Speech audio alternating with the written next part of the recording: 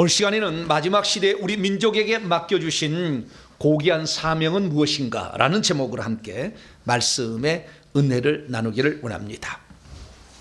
오늘도 거룩한 주일을 맞이해서 주 앞에 나와서 예배하는 사는 우리 성도들과 또 온라인 식구들에게 주님의 사랑으로 축복받고 또 사랑을 드립니다. 평생에 힘써야 될 신앙생활인데 말씀 한마디 한마디가 여러분에게 생명의 진액이 되어지고 여러분을 살리는 약이 되어져서 여러분의 신앙이 진보가 날마다 있어지기를 바라고 오늘보다는 내일이 더 나은 삶을 향하여 달려가는 여러분들에게 빛이 비치게 되기를 간절히 바랍니다. 오늘은 제가 설교를 아마 제 평생에 가장 중요한 설교를 하지 않을까라는 생각이 좀 듭니다.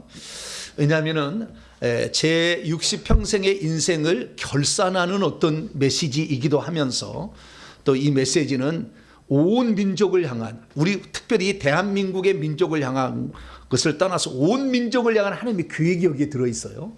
그래서 이 말씀을 들으면 좀 가슴이 좀 넓어지지 않을까. 할렐루야. 속 좁은 우물한 개구리로 살던 우리들이 좀 더 밖으로 나와서 이런 거였구나 라는 것을 깨달을 수 있는 아주 복된 시간이 될 것입니다. 그래서 오늘은 좀 스케일이 엄청나게 커요. 그러면서 아주 깊이 들어갑니다. 그래서 말씀을 잘 들으셔가지고 나를 향한 하나님의 계획이 뭐고 우리 교회를 향한 하나님의 계획이 뭐며 이 민족을 향한 하나님의 뜻이 무엇인지를 발견하는 복된 시간이 되기를 바랍니다. 개인에게도 사명이 있는 것처럼 모든 민족에게도 사명이 있습니다. 그런데 그 개인의 사명을 살펴보게 되면 어떤 사람에게 특별 사명이 주어지기도 합니다. 바울에게는 이스라엘과 임금들과 그 다음에 이방인들에게 복음을 전하기 삼중의 엄청난 과제가 특별 사명이 주어지기도 하죠. 베드로는 할례자만 복음을 전하도록 하셨지만 그래서 사명이 좀 특별한 사람도 있는 거죠. 그런데 이 민족도 어떤 민족에게는 특별한 사명이 있는 거죠. 그래서 그 사명을 발견해서 그 사명대로 살아간다면 그 민족 자체가 복을 받는 거죠. 그래서 제가 누가 하나님께서 가장 기뻐하고 특별한 사명을 줬나 봤더니 1호가 이스라엘 민족이에요. 이스라엘 민족이 이런 민족입니다. 이스라엘은 아브라함의 역사부터 시작이 되는 거예요. 시작이 되는데 아브라함이 이삭을 낳고 이삭이 야곱을 낳았는데 이스라엘이 야곱이라는 사람이 이름을 하나님 바꿔서 이스라엘이 된 거예요. 그러니까 야곱이 진짜 이스라엘인 거죠. 그래서 그 전에는 이제 수고한 자들이고, 그러면 이스라엘 뜻이 뭐냐? 이기는 자란 뜻이에요. 하나님과 사람과 더불어 싸워서 이겼다라는 거거든요. 이기는 자가 되는 거죠. 그래서 하나님은 이 세상에 이기는 자를 산출하고 싶어 해요.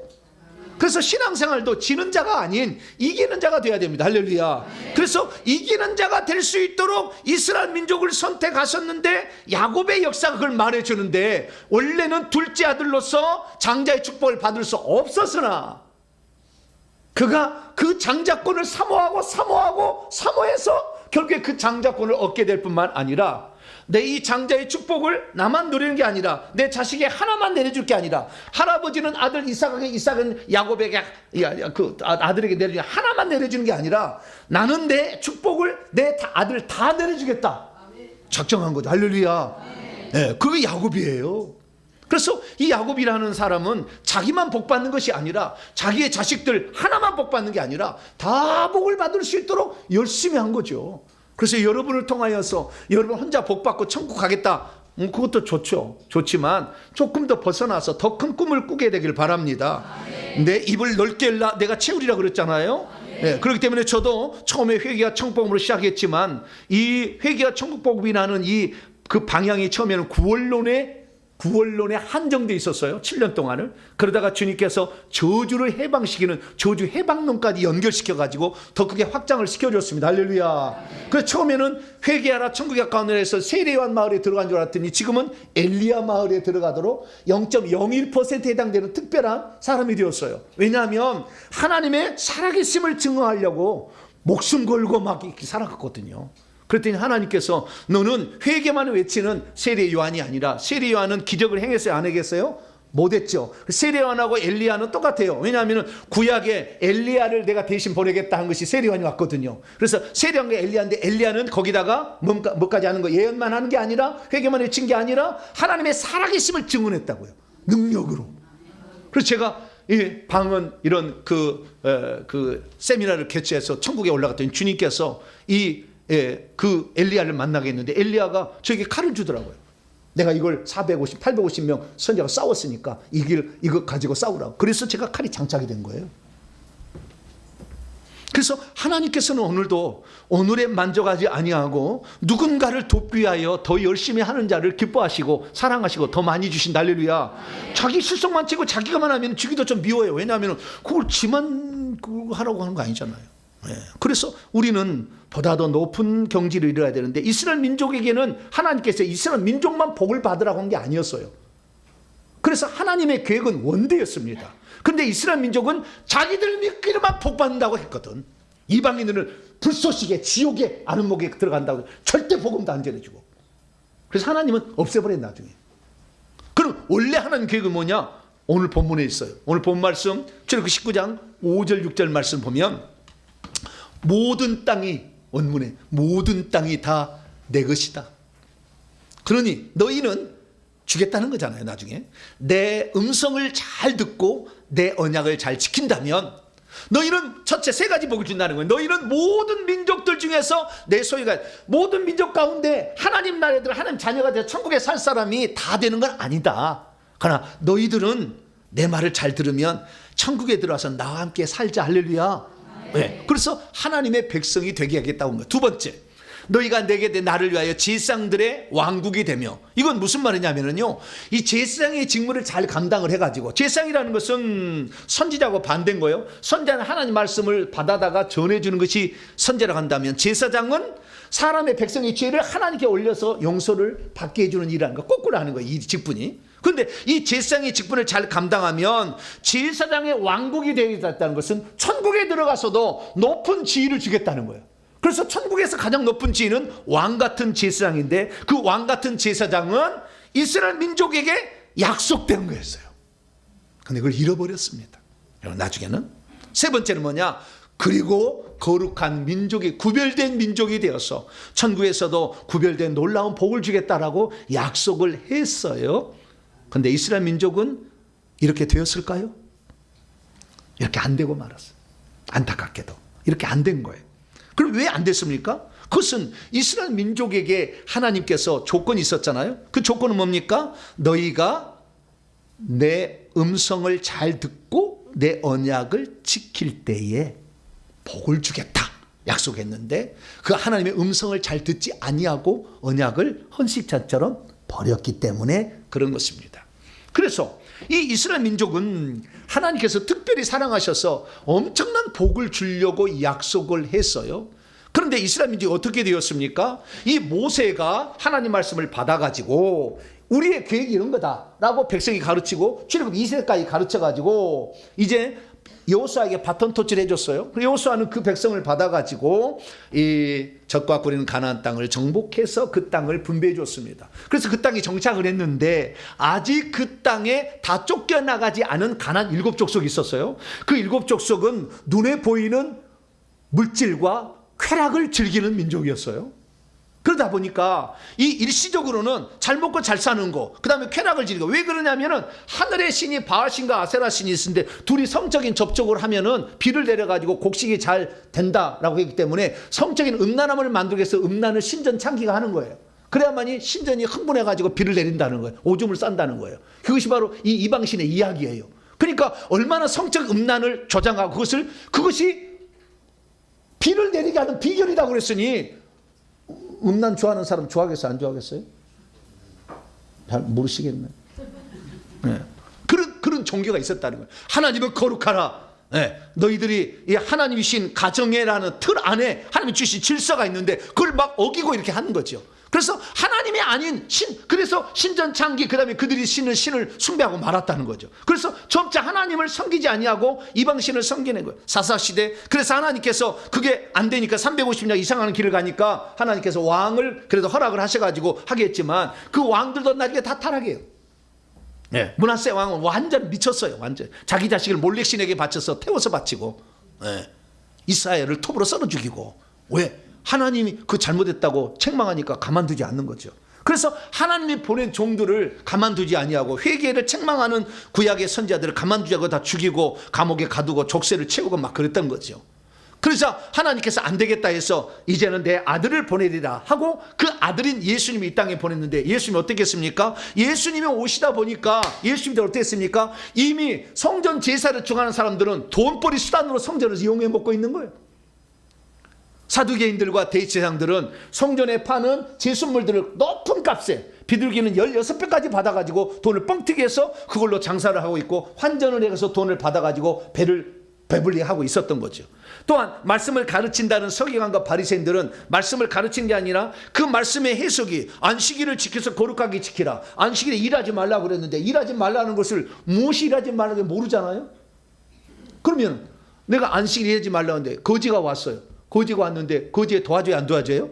도와줘야 돼, 안 줘야 돼요? 도와줘야 되잖아요. 근데 거지를 도와주는데 밥을 갖고 문을 열고 나가면은 안식일 어긴 것이고, 문을 열고 나가지 않냐고 대문에 구멍을 뚫어가지고 밥을 이렇게 줘가지고 주면은 안식일을 안 어긴 것이다고 바리새인 서기관들이 해석을 했어요. 잘한 거예요, 못한 거예요? 네? 코에 걸면, 귀에 걸면 완전히 자기가 심판자의 그 위치에 있어요. 네. 그래가지고 자기가 백성들을 이게 죄인지 아닌지 결정해주는 심판자가 되어가지고 아주 기고만장하고 교만이 하늘을 쩔어버린 거예요. 그래서 예수님이 진리를 가르쳐 주니까 사람이 가니까 시기 줄 때 죽여버리자는 거예요. 이렇게 타락한 거예요. 오늘날도 하나님의 종이 와서 말하면은 2단 3단 정지해서 없애버리려고 그러잖아. 막 똑같은 거예요. 그때나 지금이나 그렇게 했어요. 그러자 주님께서는 어떻게 얘기했습니까? 주님은 이 이스라엘 민족이 타락할 대로 타락하면 그들을 향해 이렇게 말했습니다. 마태복음 23장 32, 34절에 너희 자신들은 너희 조상들의 분량을 채우라. 선자들을 죽이고 이방신을 섬기며 음행을 쫓아가는 너희들의 분량을 채우라. 이 뱀들아, 독사의 새끼들아, 네 속에 뱀들이 가득 들어있고 네 속에 귀신이 가득 들어있지 않느냐. 그래서 너희들이 계속 거짓말과 악한 것을 추구한다고 한다면 지옥의 심판을 어찌 면하겠느냐. 내가 너희에게 말한다. 선자들과 지혜 있는 자들과 서기관들을 지금도 보내고 있다. 예수님이 여호와시도 하고 예수님도 한 분 하나님이시니까 파송하고 있는데 너희들이 더러는 살해하거나 십자가에 못 박거나 해당지에 채찍질하고 이 동네 저 동네 박해하면서 따라다니면서 박해하라. 바울을 따라다니면서 박해하잖아. 막 대사를 가니까 막 거기도 왔다가 막 고린도까지 왔다가 막 핍박하고, 응? 계속 그렇게 하죠. 하나님의 종들을 이렇게 핍박하는 거잖아요. 그래서 하나님께서는 하나님의 말씀을 순종해서 지상날에서 다른 민족도 하나님 잘 섬기게 만들라고 이 땅에 만든 민족이 지네들끼리만은 섬기고 이용해 특권을 이용해서 남들을 압제하고 우상 숭배하면서 이 성전에도요 벽에다가 동물 그려놓고 곤충 섬기고 말이죠. 이 성전 안에다가 태양신 제단을 만들어서 섬겼다고 다 나와요. 에스겔서 에레미야 읽어보세요. 네. 그렇게 우상을 하나님 앞에서 버젓이 행하는 사람들이 되었기 때문에 주님께서는 이들을 가만두고 있을 수가 없었습니다. 그래서 암탉이 날개 아래에 자기 병아리를 품듯이 얼마나 품으려 했지만 너희들이 원하지 않는구나. 그러면서 말씀합니다. 너희의 집이 황폐하여 버려진 바 될 것이다. 왜냐하면 내가 너희에게는 이제부터 너희는 찬송하리다 주의 이름으로 오시는 이여라고 말할 때까지 결코 나를 보지 못하리라. 그 샘플로서 성전을 파괴해서 돌 위에 돌 하나도 이 아름다운 성전이 싹 허물어질 날이 올 것이다 라고 주님이 말씀하셨어요. 오늘날 많은 사람이 백투 예루살렘 제3의 성전이 지어질 겁니다. 말도 안 되는 얘기를 이렇게 하고 있어요. 네? 그 하는 가만 기뻐하지 않으세요. 백투 예루살렘 주장하는 사람들 기뻐하지 않아요. 나중에 보세요. 그 하는 뜻이 아니에요. 네. 이스라엘 민족 분명히 얘기했잖아요. 주님이 뭐라고 했어요? 찬송하리로다 주의 이름으로 오시는 이여 라고 말할 때까지 나를 보지 못하리라. 이스라엘 민족의 타락은 지속될 것이다. 그들의 번영과 부흥은 없을 것이다. 이미 촛대는 옮겼다. 내가 옮겼다는 걸 확실하게 보여주기 위해서 성전을 파괴할 것이다. 하나님이 약속했잖아요. 근데 뭐 성전을 다시 해서 뭐 희생제사를 다시 드려. 예수님이 오셔서 이미 속죄제를 끝냈는데 그것을 다시 사모하고 그걸 지원하겠다는 사람도 있어요. 하나님의 경륜을 어겨서 그렇게 하면 안 되지. 이미 촛대가 옮겨갔습니다. 주님께서 그래서 40년을 기다리다가 그게 예언이잖아요. 40일을 노나의 선지자 표적만 내가 보여줄 거다. 3일 동안 물고기 뱃속에 있다 나온 것. 그 다음에 40일 외쳤잖아요. 40일 후에 멸망하리라. 3일만 안 외쳤지만 40일 후에 멸망하리라. 딱 하루를 1년으로 해서 40년 딱 지나서 AD 70년에 로마의 디도 장군을 보내서 싹 죽여버렸어요. 3년을 포위해가지고 굶겨가지고 먹다 이 구두 삶아서 먹다가 나중에 자기 식 삶아 먹고 시체가 얼마나 많이 110만 명이 죽어가서 죽으면 하면 창밖으로 던져가지고 성 밖에는 그냥 강으로 흘렀어요. 시체 국물이. 그렇게 처참하게 죽어갔습니다. 왜요? 하나님께서 그 민족에 주어진 사명을 행하지 아니하고 그 특권을 자기 배불린 데만 쓰고 하나님의 뜻과 역행했기 때문에. 그런데 그 예수님이 오셔가지고 그래서 바로 잡으려고 하는데도 예수님을 거기에서 우리의 기득권을 없애려고 하는 내 돈벌이 수단을 성전 청소한다고 기분 나쁘게 생각하고 자기가 판단을 해야 되는데 예수님이 이렇게 막 물으러 가니까 기분 나쁘다고 결국에 이 종교 지도자는 예수님을 죽이는데 자기 힘으로 못 죽이니까 로마의 힘을 빌려가지고 빌라도에게 죽여달라고 부탁을 해. 빌라도가 로마의 총독으로서 예수님을 아무리 뒷조사를 해보고 다 해봤죠. 성경에는 안 나오지만 역사책에 나와요. 뒷조사를 다 해봤어. 빌라도가 예수님을 죄가 없다, 죽일 수가 없다. 그랬더니 뭐라고 한지 아세요? 이 민족이 마태복음 20대 21절 바라바는 살려주고 예수님을 십자가에 못 박으소서. 그 죄값이 있다고 한다면 그 피를 우리와 우리의 후손에게 돌리소서. 후손이 죄를 안 받는다고요? 죄값을 안 받는다고요? 조상들이 지은 죄값 후손이 안 받는다고. 제가 이단이라고 그런 사람이 있어요. 그들이 어떻게 됐습니까? 40년 뒤에 110만 명이 죽어갔습니다. 그것으로 끝나지 않았습니다. 2차 세계대전에 히틀러가 유대인을 600만 명을 학살했습니다.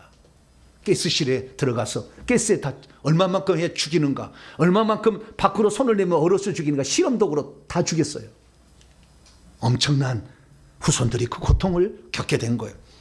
그래서 우리는 이 이스라엘 민족에게 특별하게 은혜를 주시려고 예정을 하셨지만 결국에 촛대를 옮기실 수밖에 없었던 그 이유가 있었다는 거죠.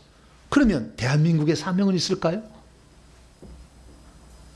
대한민국의 사명이 있다고 한다면 이 사명을 만약에 우리가 이루지 못한다고 한다면 우리는 어떻게 될까요? 지구상의 단 하나의 분단국가 대한민국 언제라도 핵수하면 그날로 이 동탄 사라져버려요. 다.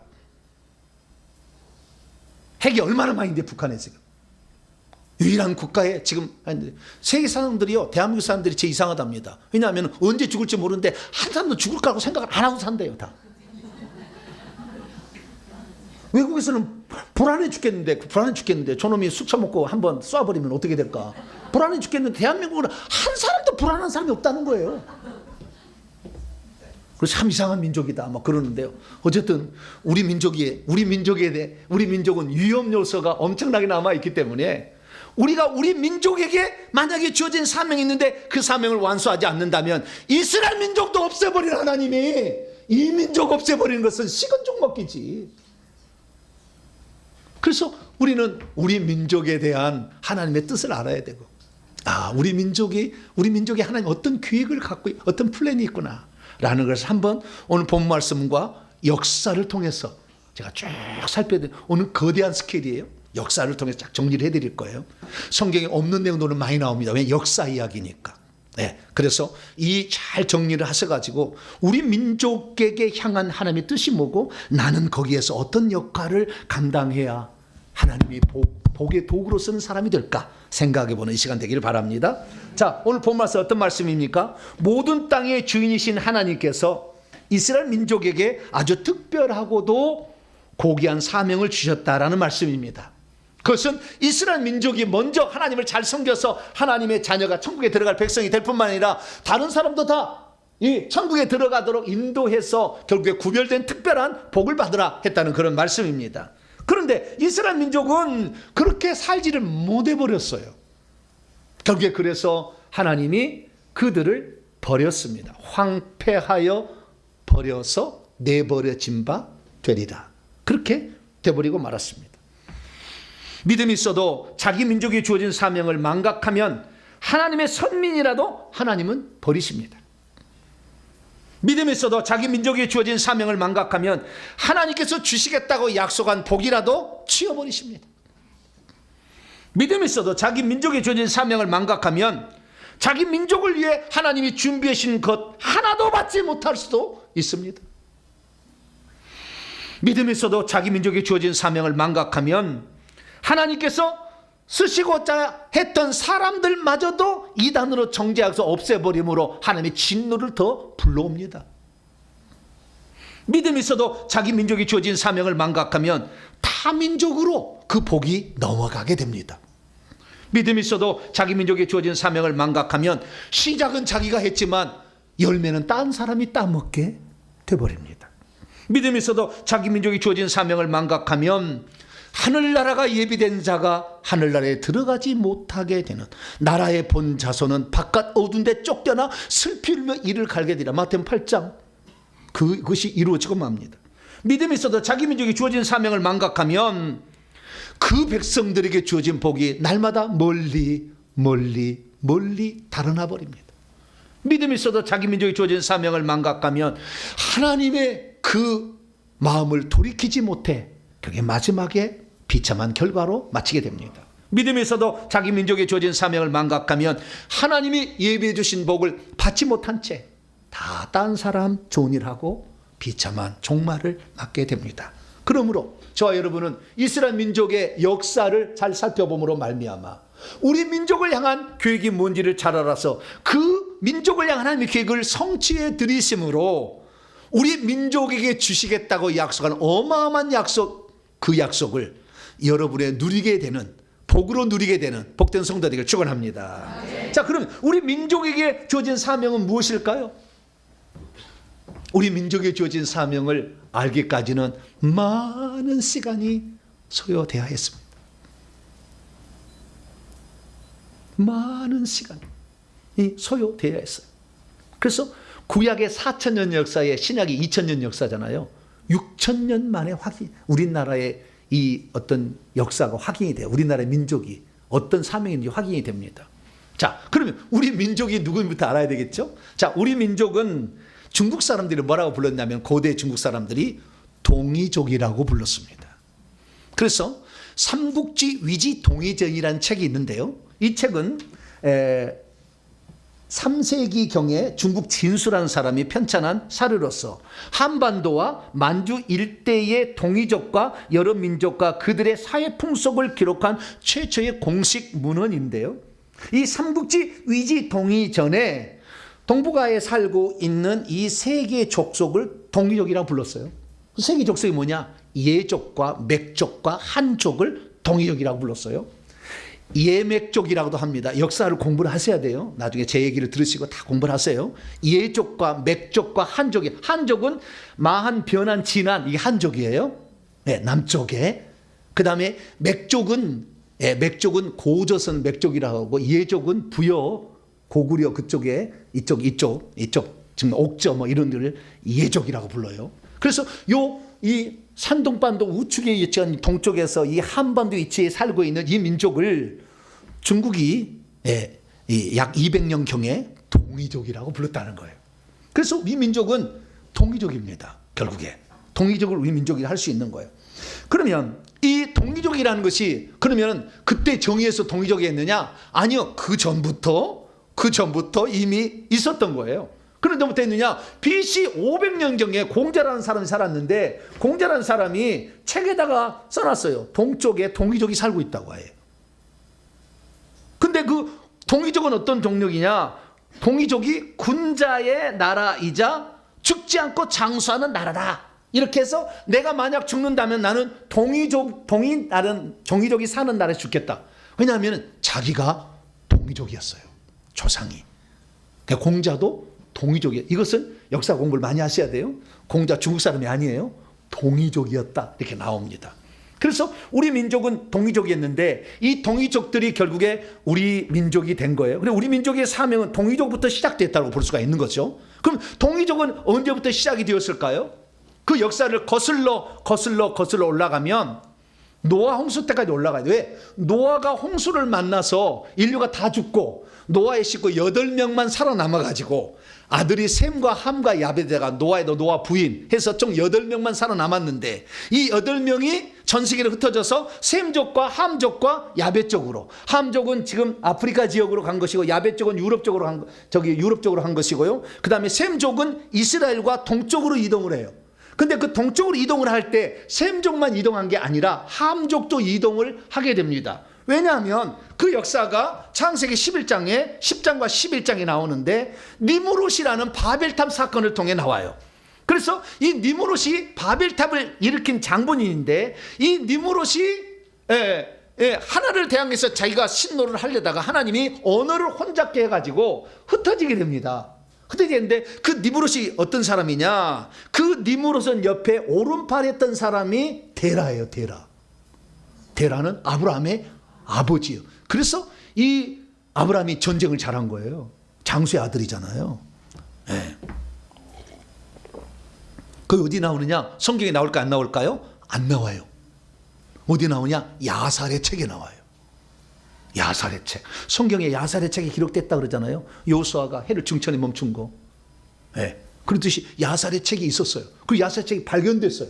거기 보니까 데라는 티그리스강과 유브라스강 끄트머리에 있는 갈대아 우르에 바벨탑을 지었는데 이때 이 데라가 니무롯의 오른팔이었어요. 이 이야기가 재밌는데요. 너무나 많은 재밌는 이야기가 있는데 이거 하면 오늘 시간이 너무 많이 가서 그래서 우리가 그건 생략하고 그래서 하나님께서는 그 니무롯 시대 언어를 혼잡게 해가지고 흩어지게 했는데 그때 흩어져서 동쪽으로 이동하는 사람들이 있었어요. 그래서 성경은 동쪽으로 이동한 사람이 누구였느냐? 셈족이 이동했다고 얘기를 합니다. 이것이 창세기 10장의 이야기에 나오는데 자, 아브라함의 아들 이 셈과 함과 야벳인데 셈은 아르박삿을 낳고 아르박삿은 셀라를 낳고 셀라가 에벨을 낳을 때 이 민족이 분리되었다라고 해서 그때 아들의 이름을 벨렉이라고 지었어요. 이게 벨렉은 분리, 나눔이라는 뜻이에요. 언제 분리 나눔이 있었느냐? 바벨탑 사건이 이 에벨 시대에 있어가지고 벨렉 있잖아요. 이 벨렉과 욕단이라는 에벨이 두 아들을 낳았는데 이때 분산이 됐다는 거예요. 그래서 벨렉 족속은 남아서 지금 히브리인의 조상이 된 것이고 욕단 족속은 동쪽으로 이동해가지고 동쪽으로 이동해서 13명의 아들을 낳았습니다. 13명의 아들을 낳았는데 그 아들이 어디로 갔는지 역사책에 성경책에 사라져요. 이제 없어져요. 근데 그 역사의 이야기가 이제 우리의 고대 사들의 중국과 한국에 있는 고대 역사책에 나오기 시작하는 거예요. 그 얘기가. 동쪽으로 이동한 사람. 그 동쪽으로 이동한 사람이 누구냐? 이 욕단 족속이었다. 이렇게 나오는 거예요. 근데 그 욕단 족속이 이동하는 것이 언제느냐? 바벨탑 사건이 BC 2357년경에 일어납니다. 그런데 동쪽으로 이동한 사람이 아사달에 도읍을 정하여 고조선이라는 나라를 세웠다는데 그 사람을 단군 왕금이라는데 그것이 그 양반이 BC 2333년이에요. 그러니까 이 동쪽으로 이동해서 약 24년 후에 나라를 세운 것이 고조선이라는 나라를 세웠다는 거예요. 그러니까 이 단군 왕금은 어떤 사람이라고요? 동쪽으로 이동했던 욕단족의 후예로서 동쪽으로 이동한 셈의 후손이었다라고 말할 수가 있게 되는 거죠. 근데 그 고조선, 그 동쪽으로 이동한 고조선은 이스라엘 나라하고 틀렸어요. 이스라엘 나라는 계속 구전을 하다가 BC 1500년경에 하나님께서 글자를 가르쳐가지고 글자로 성경을 기록을 했어요. 모세가. 그래서 글자로 전수를 했기 때문에 틀림없이 전수가 되는데 이 동쪽으로 이동했던 이 욕단족들은 글자가 없어요. 글자가 없기 때문에 말로 전하고 그림으로 그릴 수밖에 없었어요. 그래서 자기들이 알고 있는 사실, 바벨탑까지 사건, 다시 말해 창세 이야기, 타락의 이야기, 뭐 가인과 아벨의 이야기, 창세 이야기 다 에덴 동산 이야기 다 있다가, 그 다음에 노아 홍수 이야기, 노아 홍수 끝나서 바벨탑 사건과 이야기를 다 알고 있었던 사람이 이동한 거 아니에요? 그렇기 때문에 이 창세기 1장부터 11장까지 이야기는 그 사람들이 구전으로 알고 있고 또 자기가 경험한 게 있었기 때문에 그것을 그림으로 그렸어요. 그림으로. 이 그림으로 그렸던 글자를 갑골문자라고 합니다. 뭐라고요? 갑골문자. 거북이 등에다가 그림을 그려놓은 거예요. 이 갑골문자가 변화되어서 나중에 한자가 됩니다. 은허유적, 은나라 주나라의 유적 속에 갑골문자가 나오는데 이것이 한자의 기원이 돼요. 그림 문자였어요. 그림에다가 어떤 걸 기록을 해놓은 거예요. 그래서 그 그림 글자를 가지고 있었는데 이 그림 글자를 당시에 바벨탑 사건 동쪽으로 이동하는 사람들이 셈족만 간 게 아니라 함족도 왔어요. 그 함족일 하와족이라고 하는데 이 족속에 나중에 진나라를 세워요. 진시 황제가. 그래서 이 진나라 차이나 그래서 진화 족속이라고 그래요. 그 차이나 그래서 차이나가 된 거예요. 그래서 이 함 족속은 오늘날 중국이 된 것이고 셈 족속은 고조선을 통해서 예맥족과 한족을 이루어서 동이족을 이룬 거예요. 그런데 이 고조선이라는 나라는 원래 창세기부터 바벨탑 사건을 알고 있었기 때문에 그 내용을 말로 전하다가 그 다음에 그림으로 그려놓은 거예요. 그림으로. 그래서 그 그림 속에가 있었는데 이 중국의 C.H. 강이라는 목사님이 있었는데요. 창세기 발견 책을 썼는데요. C.H. 강이라는 사람이 복음을 전한 중국 사람인데 복음을 전하는데 천지 창조의 창조 이야기를 전하는데 무슨 창조야 다 진하지. 그런 거예요. 그래서 그들은 한자잖아요. 그림 글자잖아요. 한자는 그림 글자. 한자를 연구하다 보니까 창세 이야기가 성경과 똑같다는 걸 알게 돼요. 그래서 노아 홍수 때 배를 타고 간 사람들 이야기를 듣는데 배를 타고 간 사람 이야기를 보니까 이렇게 생긴 거예요. 이게 배선자예요. 뭐라고요? 방주를 말하는 배선자예요. 배선자는 그 한자는 218가지 부수가 있어요. 부수가.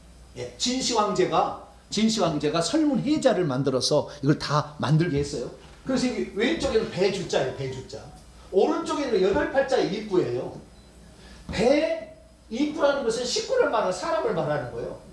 배를 탔는데 8사람이 탔다. 이것을 방주라 한다. 이게 성경에 나온다는 거예요. 깜짝 놀란 거예요. 아니 이럴 수가 있나? 그럼 다 이거 원래 우리 이 동이족들이 다 알고 있었던 게 아닌가 생각을 한 거죠. 그래서 성경을 찾아보니까 그랬어요. 제가 성경 창세기 1장부터 11장까지 한자에 기록된 모든 것을 다 밝혀서 제가 2번 강의를 창세기 강의했어요. 창세기 강의 들어보세요. 하나님이 사람을 지을 때 어떻게 지었느냐? 이 흙으로 가지고 흙토에다가 사람에다가 그 코에 생기를 넣으니까 사람 입고 사람이 된 거예요. 이 사람이 되니까 걸어다니는 쉬엄쉬엄 갈 차기야. 이게 뭐라고요? 이 부수가 뭐예요? 쉬엄쉬엄 갈 차기야. 모르시는가? 걸어다니는 사람이 됐다는 거예요. 사람이 흙으로 그 코에 생기를 집어넣으니까 확 불빛이 들어간 거죠. 그러니까 사람이 입을 통해서 말도 하고 입을 먹는 사람이 됐는데 걸어다니는 사람이 되었다. 이게 2시간을 설교해도 이 얘기가 엄청 나오니까 제가 들어보세요. 나중에. 그래서 이 사람이 이렇게 했는데 거기에 선교사로 왔던 미국의 E.R. 넬슨이라는 사람이 그 사실을 듣고 다시 가서 미국 가 있는데 이 C.H. 강의 손자가 이 교수 자기 손자의 친구야. 그래서 알게 되고 다시 연결해가지고 이 사실을 발견해가지고 책을 쓴 거예요. 그래서 이게 창세 이야기가 보통 이야기 아니구나. 그리고 이것을 그림 글자로 남겨놓았구나. 그래서 이 사람들이 어떤 사람이냐? 동이족은 우리가 잘 알다시피 고구려의 동맹, 부여의 영고, 예의 무천 이런 것들이 10월 5월째 단오제 10월째 이런 것들이 다 제천의식이에요. 그래서 단군왕급이 단군에서 아사달의 도움을 정해서 맺지만 일이 제사를 하늘의 샹제에게 제사를 드렸다는 기록이 나와요. 그래서 동쪽으로 이동했던 이 역단족은 하나님을 잘 알고 있었기 때문에 제단을 만들어 가지고 제사를 지내면서 하늘의 하나님을 섬겼어요. 그런데 이 그림 글자라는 것은 글자가 아니기 때문에 자꾸 해석이 변하게 되고 나중에 이 뜻을 모르는 사람이 발견하게 되는 거예요. 우리가 게임할 때 말 읽기 대회를 하잖아요. 그래서 앞 사람에게 문장을 알려줘. 그럼 뒤로 또 전달해. 쫙 뒤에 가서 12명 갔다가 앞으로 오면 말이 틀려요? 똑같아요? 그런데 그렇듯이 말로 전달하거나 그림으로 전달하는 것은 틀릴 수가 있는 거예요. 그래서 하나님은 모세를 시켜가지고 글자로 기록해버린 거예요. 그래서 이스라엘 민족은 우상숭배가 뭔지 다 알 수 있었던 거죠. 그러나 우리 민족은 그런 그림 글자를 그렸기 때문에 그걸 몰랐다가 이것이 중국의 진시 황제가 뺏어가 버렸어요. 그 한자를. 그래서 은허 유적까지는 동유적인데 그 다음에 은허 다음에 하나라, 은나라, 주나라 넘어가면서 중국으로 넘어가 버렸어요. 그래서 한나라 시대에 만들어서 한자라고 한 거예요. 그래서 중국에 원래는 우리 글자에 넘어가서 세종대왕이 1443년에 훈민정음을 창제해가지고 소리 글자를 만든 거죠. 우리는 소리 글자를. 그래요. 지금 한글은 소리 글자예요. 그런데 우리 민족은 원래 하나님께 제사하는 그런 민족이었는데 그 하나님 신앙을 점점 잃어버리니까 귀신이 들어와요, 사이에. 그래서 하나님 노릇을 해. 그래가지고 하나님을 섬기는 거, 귀신을 섬기는 문화로 바뀌어서 샤머니즘이 된 거예요. 그것이 바로 5천년의 무당의 역사입니다. 우리 민족은 원래 하나님을 섬기다가 글자가 없어가지고 무당을 신과 하나님 사이 중재자로 여기고 그 무당을 통해서 하나님을 만나게 돼서 무당을 섬기고 무당을 통해서 하나님을 만나게 되는, 귀신을 섬기게 되는 그 민족으로 전락해 버린 것이죠. 그래서 그 하늘에 하나님께 제사를 드려야 되는데 그걸 잘 몰랐지만 하늘에 제사를 드리면서 이 제천의식 다 하늘에 제사드리는 의식 아닙니까? 제사를 드려가지고 그 지금 사람들이 점점 시간이 지나자 그 사람이 죽을 때 그 사람 무덤을 만들어줬어요. 그 무덤을 고인돌이라고 합니다. 그래서 전 세계 가운데서 거의 90%, 95%가 될 거예요. 전 세계에서 고인돌이 이 요동반도 이쪽에 한반도 여기만 있어요. 그 고인돌이라는 게. 그 고인돌에서 어떻게 이게 제사장의 무덤이고 이 무당의 무덤이 알았냐면 그 밑에를 파봤더니 방울하고 거울이 나온 거예요.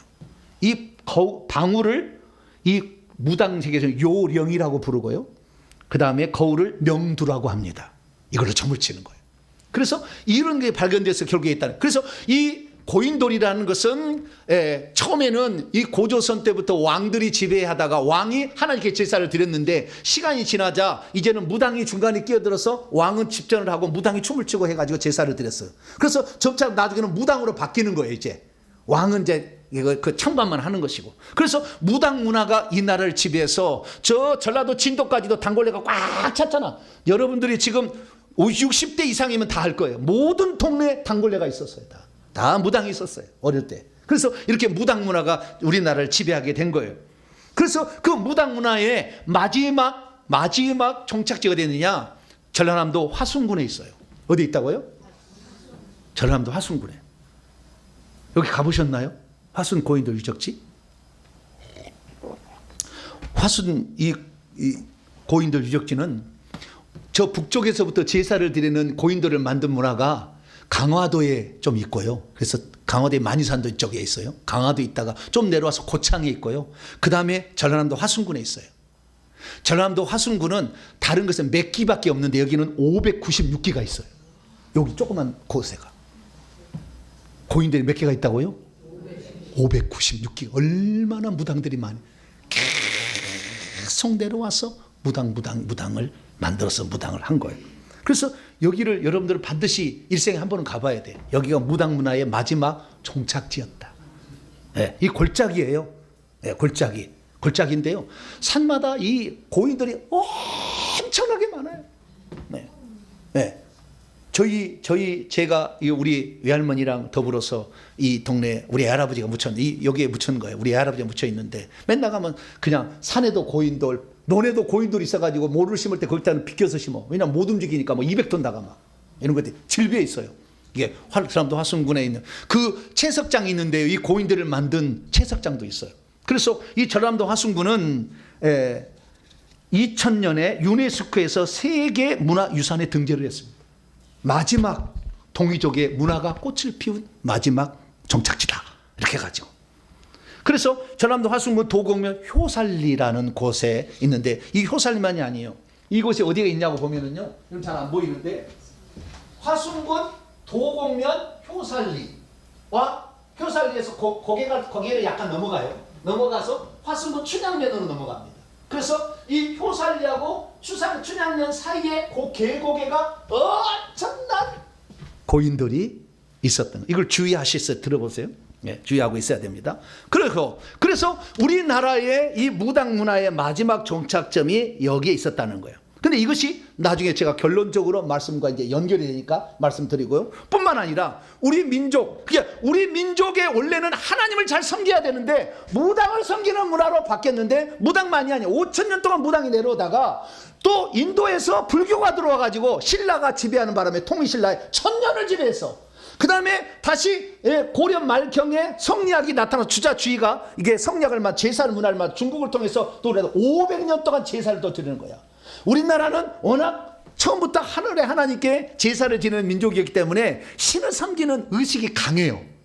그래서 좋은 바위에도 빌고 산에도 빌고 바다에도 빌고 북두 칠성에도 빌고 칠성신에 빌고 물도 떠다가 부엌에다가 올쳐놓고 그냥 막 빌고, 워낙 성심이 강해.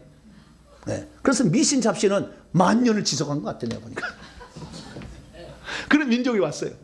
우리 민족의 사명이 뭐냐? 이제 결론적으로 제가 얘기할 거예요. 그런데 우리 민족의 사명을 알려주는 또 하나의 단서를 어떤 분이 발견을 했어요. 이미 있던 것인데 정리를 했어요. 그 양반은 영국의 사람이에요. 영국의 사람인데 이 영국의 사람이 이걸 발견을 하게 됩니다. 영국 케임브리지 대학교에 비교 종교학을 연구하며 전공해서 35년 동안 193개의 UN 회원국의 국기만을 전문적으로 연구하는 학자가 있었어요. 로버트 애슐리라는 교수예요. 그런데 이 로버트 애슐리라는 비교 종교학 교수는 원래 구약학 교수였어요. 신학교 교수였어요. 그런데 비교 종교학을 한 거예요. 그런데 이 양반이 이 국기를 전 세계 국기를 다 살펴보니까 국기가 다 어떤 특징들과 역사를 표현해주는 거예요. 이슬람 세력의 나라들은 전부 뭐가 있어요? 초승달이 들었잖아요. 시간이 없어 내가 못 가져왔는데. 초승달이 다 있어, 이슬람 나라는. 그래 안 그래요? 그러죠. 영국 지배를 받은 사람은 이렇게 이렇게 캐나다 봐서 이렇게 다 그런 게 다 들어서 항상 영국 지배를 받은 사람은 빛이 이렇게 막 하는 이런 게 있다고요. 다 있는데 가장 특별한 것은 대한민국 국기였다는 거예요. 빨간색 둥그런 원 안에 빨간 그다음에 파란색이 있고 4개 무슨 암호 같은 것이 붙여져 있어요. 이게 3, 4, 5, 6. 그것이 태극기인데 이 태극기가 원래는 어디서 왔느냐? 이 태극 문양에서 왔어요. 원래는 태극 문양. 이 태극 문양은 점괘를 치는데 예전에 썼다고 알려지고 있어요. 주역.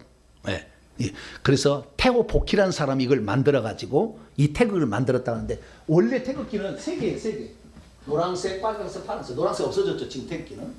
3개로 되어 있고요. 그 다음에 선도 3개야. 삼위일체 하나님을 따와요. 이 사람이 신학을 공부를 해가지고 이걸 전체 연구를 한 거예요. 그래서 이 3개가 있는데 이 세 개가 어느 잘라진 게 있잖아요. 끊어진 게. 그래서 태극기를 보게 되면 똑같지 않다는 거예요. 왼쪽 위를 보면은 잘라지지 않는 3개, 3. 그 다음에 여기 왼쪽 아래를 보면은 가운데가 잘라진 거 들어가서 4. 그 다음에 오른쪽에는 양쪽에 잘라졌기 때문에 5. 그 다음에 오른쪽 아래는 다 잘라져서 6. 그럼 3, 4, 5, 6이 무슨 암호처럼 들어간 게 아닌가.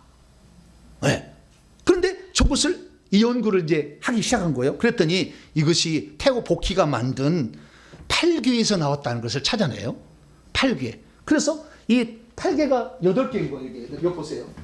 오른쪽은 하나, 둘, 셋, 넷, 다섯, 여섯, 일곱, 8개죠.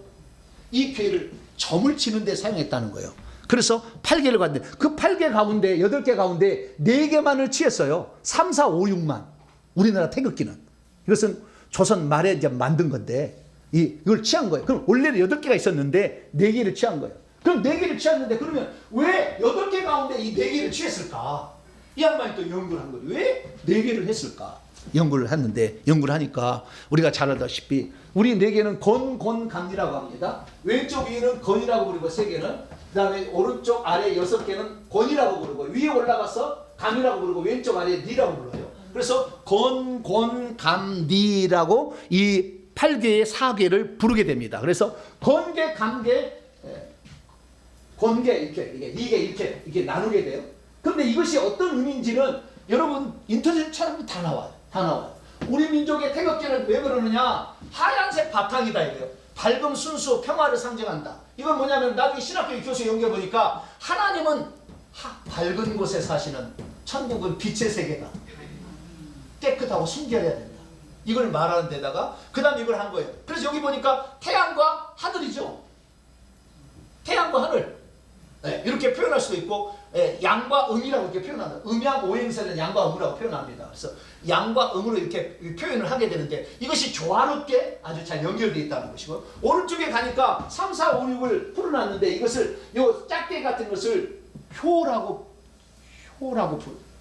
부르는데 이 효라는 것이 이어진 것이 있고 중간에 끊어진 것이 있어요.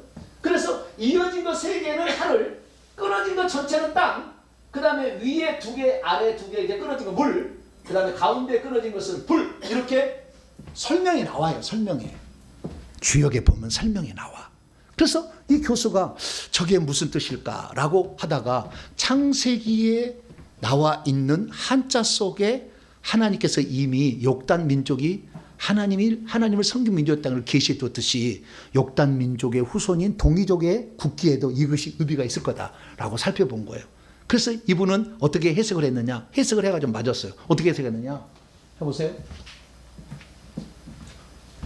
하나님은 끊어지지 않고 이어진다. 근데 사탄이 들어와서 가운데를 끊었다는 거예요. 그래서 하나님은 성부, 성자, 성령인데 끊어지지 않는다는 거예요. 근데 사단이 들어와서 다 끊어놓은 것이라는 거예요. 그래서 이 하늘은 이거 하늘이라는 거지. 하늘인데 이 거는 하늘인데 하늘은 끊어지지 않는 완전한 곳이라는 거예요. 근데 땅은 뭐냐? 이 사단이 내려와서 부패를 시켜가지고 다 타락을 시켜서 인간을 타락시켰다는 거예요. 그래서 이건 땅을 의미하는데 이 땅은 타락했다는 거예요. 그런데 이것이 뭐냐면 창세기 이야기예요. 하나님께서 하늘들과 땅을 창조하시니라. 그 다음 위쪽에 물에 이거 물을 말하는 거거든요. 건 강은 물을 말하는 건데 이 완전한 사탄이 타락시켜버린 땅에 빛을 가운데 집어넣어가지고 빛이 있으라 하시네. 그래서 하나님의 영은 수면에 운행을 하셨다는 거예요. 그래가지고 빛이 들어가게 해가지고 회복을 시켜가지고 나중에 이제 그 빛이 둘러싸서 완전히 이제 그 새로운 세상을 만든다는 거예요. 그래서 이게 바로 하나님께서 이 민족을 결국에 하나님 잘 섬기도록 하기 위한 것으로 그래서 만든 그런 것들을 후손들이 해석을 못하니까 했다는 거예요. 특별히 팔계라고 하는 것은 이 팔계는 왜 팔계냐면 이 민족이 동쪽으로 이동해서 우리는 원래 8명의 사람이 만든 족속이에요. 노아, 셈과 함과 야벳, 그래서 총 부인들과 8명의 사람이 모아서 기도를 한 거예요. 하나님, 우리가 한 민족으로 하늘 시작했으니까 잊어버리지 말고 우리는 꼭 이 8명을 갖고 갑시다 해가지고 8개를 만들었다는 거예요. 이게 역사로 다 나와요. 그래서 이 양반이 이걸 조사해서 논문을 발표해서 모든 사람이 깜짝 놀라겠어요. 몇 년 전의 일이에요. 깜짝 놀라겠어요. 그런데 이미 이런 이야기들이 다 있었던 거죠. 그래서 우리 민족에 보게 되면 우리 민족은 원래 하늘 빛이 되신 하나님만 섬기도록 하나님이 창조했고 이것을 오늘 깨끗하게 회개를 통해서 다시 가야 된다는 것이 태극기에도 기록되어 있는 민족이니 대한민국이 하나님을 잘 섬겨야 되는 것은 당연한 거예요. 할렐루야. 네. 그래서 우리 민족이 수천 년 동안 하나님을 잃어버리고 우상을 숭배해서 샤머니즘에 그냥 저 효살리까지 화순군 도급이 효살리까지 와서 끝냈는데 그 많은 우상 숭배를 이제는 돌이켜야 된다는 거예요. 저는 그래서 저희 민족의 사명을 어떻게 생각하냐면 이스라엘 민족은 이런 사명, 이스라엘 민족의 사명은 뭐냐? 하나님의 말씀을 순종해서 복을 받는 민족으로서의 사명을 한다면 그런데도 불구하고 이들은 하나님의 말씀을 불순종해서 타락해서 버려졌지만 우리는 아예 10,000년 5,000년을 버려졌어. 왜? 우상을 몰라가지고 잊어버려가지고 다 버려졌어. 그래서 우상 숭배한 거예요. 그리고 우상 숭배에서 우리는 버려진 가운데 있는데 우리가 회개만 한다고 한다면 할렐루야. 회개만, 저 빨간색 있잖아요. 예수의 피를 상징할 수 있어요. 우리가 회개만 한다고 한다면 다시 하나님께로 돌아갈 수가 있다. 네. 그래서 우리 민족의 사명은 전 세계 가운데서 무당이 제일 센 나라가 대한민국이요. 지금 현재도 무당이 200만 명 있다고 그래. 200만 명. 네. 어마어마하게. 그 작두에 세계에서 작두를 타는 민족은 신기가 우리나라만큼 한 데가 없어. 그래서 아주 가장 강한 데가 우리나라예요. 그러니까 이렇게 우상숭배에 찌든 우리나라에 복음을 다시 전해준 것은 너희 민족이 원래 하나님을 섬기는 천선민족, 할렐루야, 잊어버려가지고 사탄이 개입해가지고 다 만이산 다 바꿔놓고 싹 바꿔놨다. 이제는 찾아야 된다. 할렐루야. 그래서 우리를 지금 이게 부르고 있는 거예요. 그래서 여기서 중요한 게 뭐냐면, 자, 정리를 우선 해봅시다. 이스라엘 민족은 여호와의 말씀을 삼가 듣고 내가 오늘 내게 명령하는 모든 명령을 지킨다면 모든 민족 위에 뛰어날 것이다. 거꾸로 합니다. 우리 대한민국 우상숭배에 찌든 너희들아, 회개를 해서 하나님을 섬기면 모든 민족 위에 뛰어나게 될 것이다. 할렐루야. 그 다음, 여호와를 이스라엘 민족 여호와를 섬기라. 그러면 양식과 물에 복을 데리고 너희 중에 병을 제하리니 낙태하는 자가 없고 임신하지 못한 자가 없을 것이라. 내가 장수하게 하리라. 근데 우리는 민족을 적용한다면 우상 숭배에서 죄를 회개하면 너희들의 양식과 물에 복을 내리고 병을 제할 것이며 낙태한 자가 없을 것이고 임신하지 못하는 자가 없을 것이며 너희가 장수하다가 천국에 들어오리라. 할렐루야. 그렇게 된다는 거예요. 그러면 왜 이 사실이 맞느냐? 제가 지금부터 개인적 역사를 잠깐 얘기하게 될 텐데 이 역사를 들어보면 알게 될 거예요.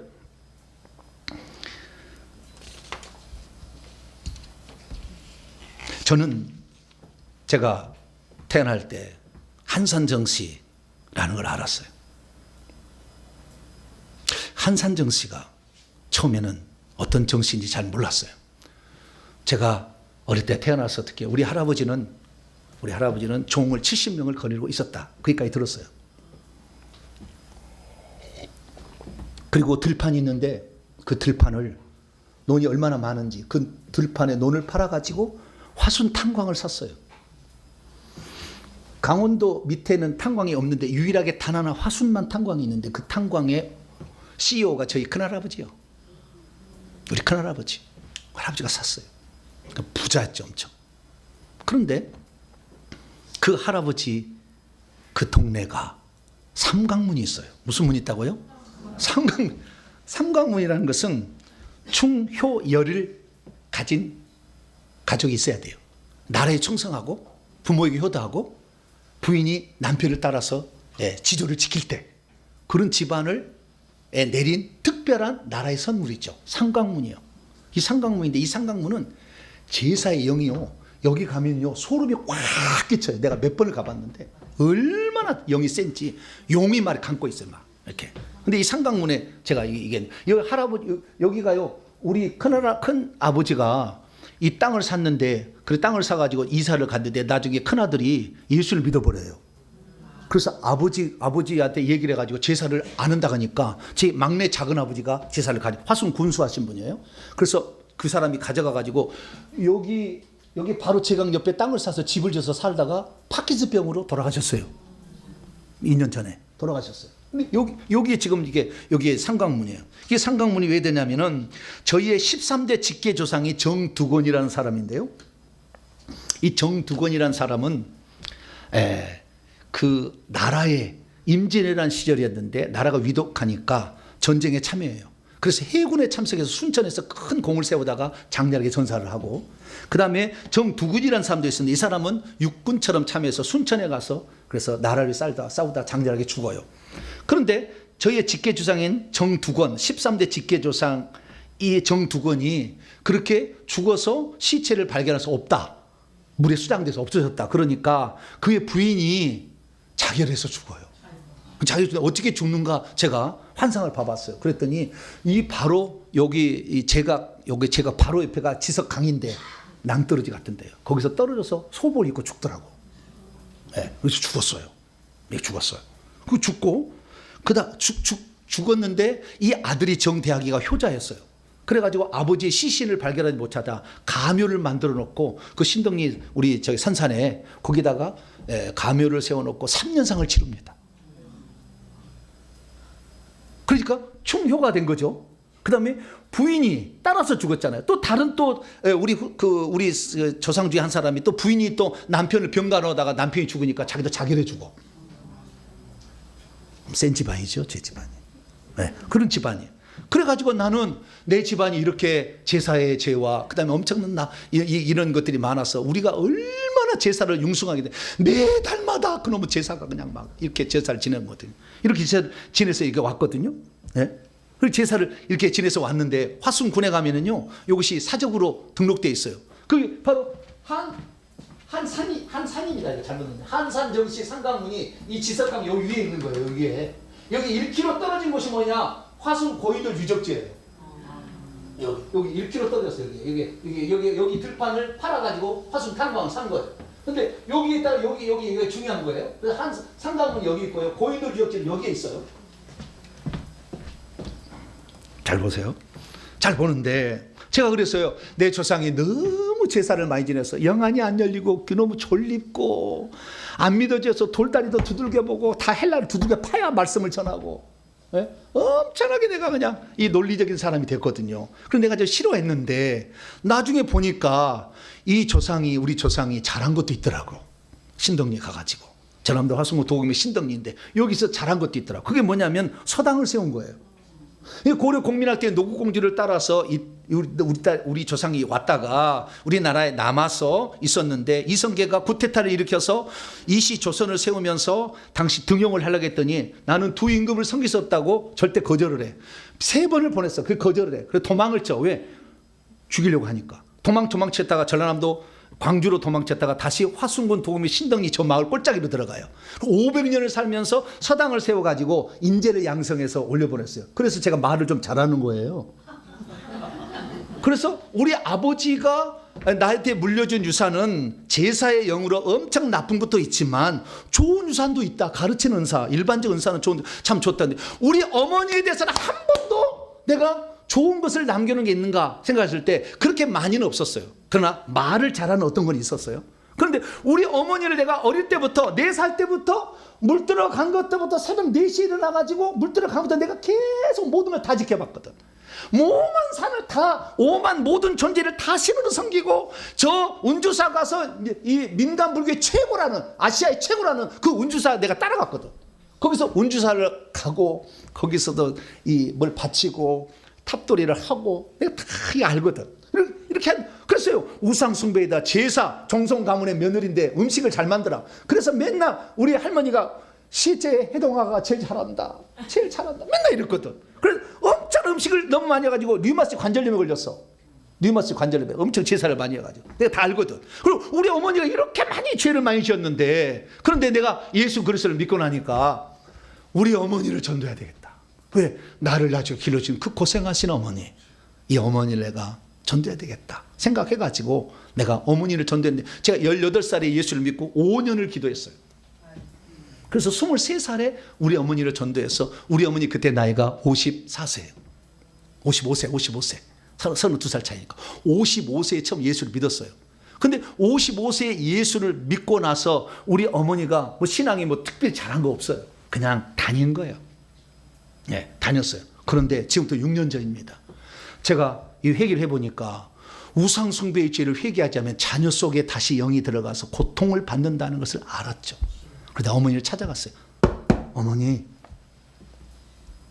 우상숭배의 죄를 회개하지 않으면 어머니 아들들과 손자들이 나중에 다 망합니다. 어머니, 후손들에서 회개를 하셔야 됩니다. 그랬더니 그럼 회개해야지. 근데 내가 까막눈이잖아. 나는 잘 글자를 모르는데 어떻게 하겠느냐. 그래서 제가 조그만 녹음기를 만들었어요. 나중에 보여드릴게요. 오늘 오후 차이나 봤대요. 녹음기를 가져가다가 거기다가 카드를 넣어서 녹음을 시킨 걸 mp3를 만들어서 이걸 들려드리는 거예요. 그래서 회개 기도문을 쭉 들려주면은 끝날 때마다 아멘 추임새를 하세요.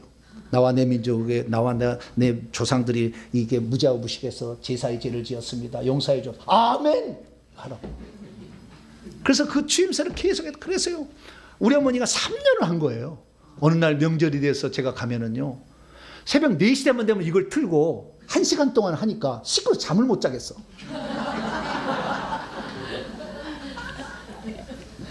소리가 커요. 이게 소리가 녹음기가 소리가 커가지고 3년을 한 거예요. 3년 회개를. 우리 어머니 잘한 건 그거예요. 3년 회개했어. 그래서 3년에서 이제 노쇠해가지고 90세가 되다 보니까 노쇠가 있어서 그러면 어머님 오세요. 그래서 제가 모셨거든요. 여기서 2년을 사셨다가 지난 12월 2일 날 돌아가신 거예요. 자연사로 돌아가신 거예요.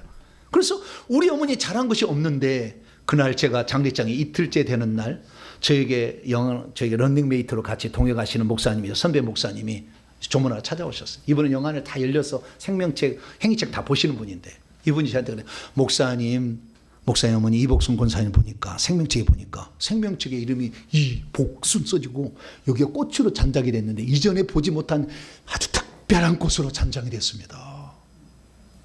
듣기로는 이런 꽃이 장단된 사람은 하늘의 상이 크다고 합니다. 오, 그래요? 근데 한 줄 평가, 생명책에 한 줄 평가가 있어요. 밑에가 사명을 완수한 자다. 그래서 내가요, 아니 우리 어머니가 사명을 뭔 사명이 있었어? 교회 가서 봉사한 것도 아니고 뭐 찬양대를 한 것도 아니고 아이를 가르친 것도 아니고 우리 어머니 가서 나이 들어서 맨날 얻어 드시기만 했지 뭘 하신 것도 아니고 우리 어머니 하신 것이 없는데 무슨 사명을 완수해? 생각했더니 목사를 아들로 만든 것이다 라고 생각을 했어요. 그런데 지난 이 2주 동안에 지금 이런 많은 이야기들을 정리를 하나님 딱 알려준 거예요. 자, 보세요.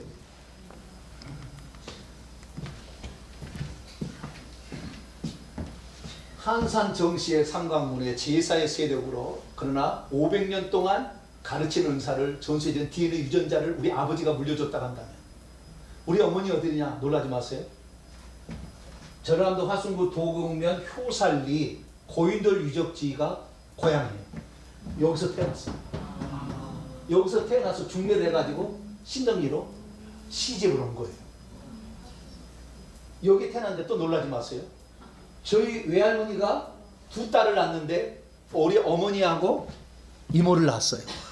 근데 우리 어머니를 낳고 나중에 남편이 죽으니까 혼자 사니까 왔어요. 그래서 사위집에 온 거예요. 우리 아버지 집으로. 그래서 어릴 때부터 저는 우리 할머니가 살았기 때문에 할머니인 줄 알았더니 나 외할머니더라고. 그런데 이 외할머니의 고향은 어디냐?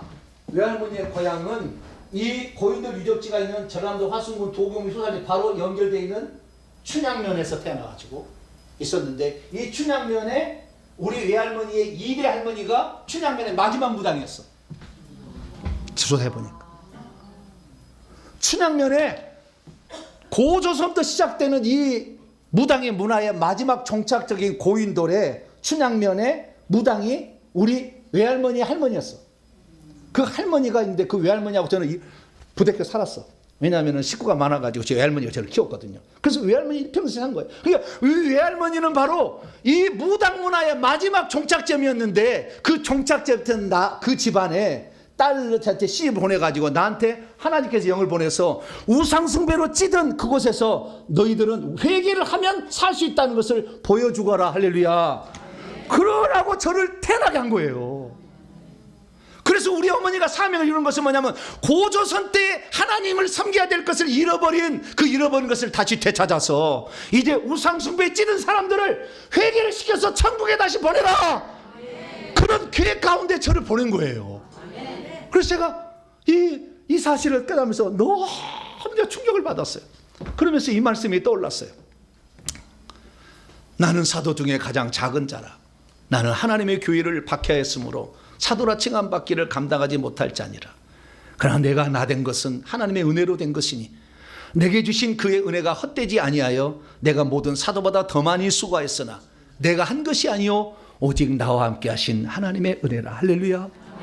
나는 아무짝에 쓸모없는 우상숭배에 찌든 집안에 태어났어. 제사와 무당과 부처와 미신잡신에 가장 많이 섬겼던 사람인데 왜 이 사람을 하나님이 선택해서 회개와 천국복음을 전하라고 했을까? 하나님을 역행했던 그 더러운 니무롯 같은 인생을 바꿔서 하나님 나라의 다윗과 같은 아브라함과 같은 인생으로 바꿔줄 사람이 누구겠느냐? 가장 우상숭배를 많이 한 그 집안에 태어난 네가 되지 않겠냐. 그러니까 우리 어머니가 나를 태어난 것이 사명을 이룬 거예요. 목사를 되기 위해서 이 예배, 내가 이 회개의 복음을 전하는 것을 6개월 이상 저 뒤에 앉아서 예배를 드리시면서 기뻐하시고 가신 거예요. 여러분, 나만이 그러겠습니까? 여러분에게도 다 사명이 있을 것이고 지금 저를 통해서 이 민족을 살리고 이 민족의 우상숭배가 우리 민족만이 아닌 타 민족도 다 그렇게 우상숭배하면서 회개하면 천국 갈 수 있다. 이거 전하라고 하는 거 아닙니까? 그래서 저와 여러분들이 이 마지막 시대에 회개와 천국을 만났다는 것은 예수님 믿은 다음에 가장 잘한 것이니까 이것을 굳건히 붙잡고 회개하여서 여러분 가족도 다 천국 가게 만들고 어떤 우상 숭배에 찌든 사람이라 할지라도 저주로부터 해방시켜서 천국 보내고 다른 민족까지 전파할 수 있는 복된 성도가 되기를 축원합니다. 하나님 감사합니다. 하나님, 여기까지 하나님이 다 인도하신 것 오직 하나님이 하신 일입니다. 우리는 다만 아무짝에 쓸모없는 말은 막대가 장작 같은 것인데 주님이 일하시려고 불러주셨사오니 내가 회개해서 저주를 끝내고 내 민족뿐만 아니라 타 민족까지도 복음을 전해서 이스라엘 민족이 이루지 못했던 그 마지막 사명을 이 대한민국이 이룰 수 있도록 도와주시옵소서. 우리 주 예수 그리스도의 이름으로 기도하옵나이다.